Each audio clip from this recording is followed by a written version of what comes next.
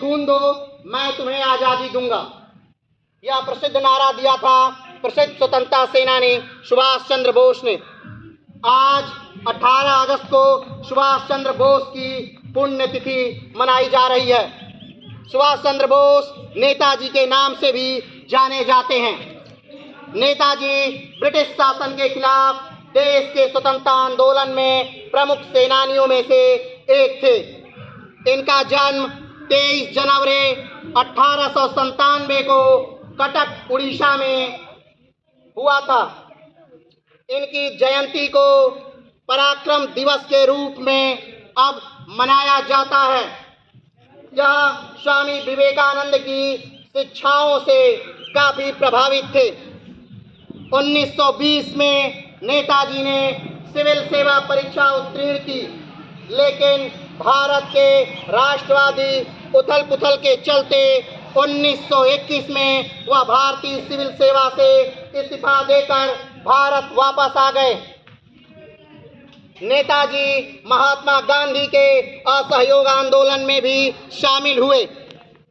दिसंबर 1921 में बोस को Prince of Wales की भारत यात्रा के उपलक्ष्य में आयोजित समारोह के बहिष्कार के कारण गिरफ्तार कर लिया गया।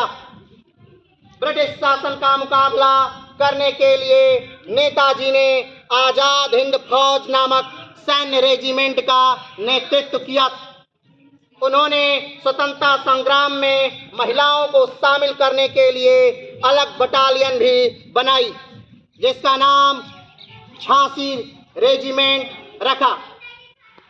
इसका अगर निष्कर्ष निकालें तो ये है कि नेताजी सुभाष चंद्र बोस नामक एक महापुरुष हमारे देश में पैदा हुए थे, जिन्होंने हमारे देश को आज़ाद करने के लिए भारत से जर्मनी गए, जर्मनी से जापान गए और जापान में जाकर के वहाँ पर उन्होंने एक सेना का निर्माण किया और उस सेना को लेकर के हमारे देश को आज़ाद कराने के लिए वो अंडमान निकोबार के बहुत सारे तटों को आज़ाद कराते हुए पूर्वोत्तर भारत तक पहुंच भी गए थे।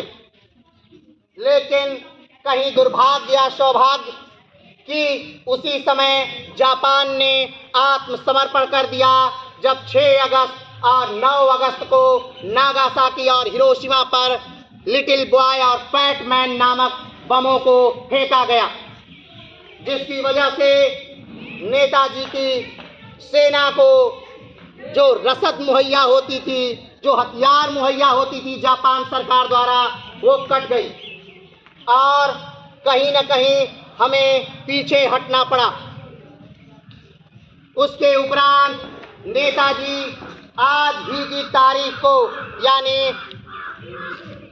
18 अगस्त को वो उड़े रसिया के लिए, लेकिन उनका विमान दुर्घटनाग्रस्त हो गया और कहा जाता है कि उसमें उनकी मृत्यु हो गई। बहुत सारे लोग ये भी मानते हैं कि उसमें उनकी मृत्यु नहीं हुई थी, लेकिन फिर कभी उनका उल्लेख नहीं पता चलता। तो सिर्फ यही नहीं, आपकी जानकारी के लिए उनसे जुड़ी एक बात और बताएं कि 1920 का समय था और आज के जैसे आईएएस की परीक्षाएं तब और कठिन हुआ करती थी। क्यों? क्योंकि हमें टक्कर देनी होती थी ब्रिटिश नागरिकों को भी, और उसमें उन्होंने उस परीक्षा को क्वालिफाई किया, लेकिन उन्होंने ज्वाइन नहीं किया, सिर्फ ये कह के कि मुझे राष्ट्र की सेवा करनी है।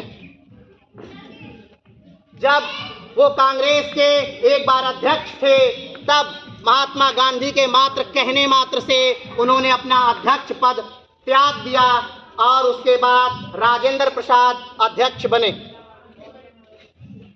इनकी बातें इतनी लंबी हैं कि एक छोटी सी बातों में समेटा नहीं जा सकता, लेकिन कहने का तात्पर्य सिर्फ इतना है कि हमें बोस जैसा, भगत सिंह जैसा, चंद्रशेखर आजाद जैसा, राम प्रसाद बिस्मिल जैसा, रोशन सिंह जैसा, राजेंद्र लाहिड़ी जैसा, अशफाकुल्लाह खान जैसा ही बनना है। ताकि हमारे मन में राष्ट्रभक्ति की भावना हो, देश प्रेम की भावना हो। तो इतिहास के पन्नों से आज के लिए इतना ही। फिर मिलते हैं एक नए इतिहास के साथ। तब तक के लिए जय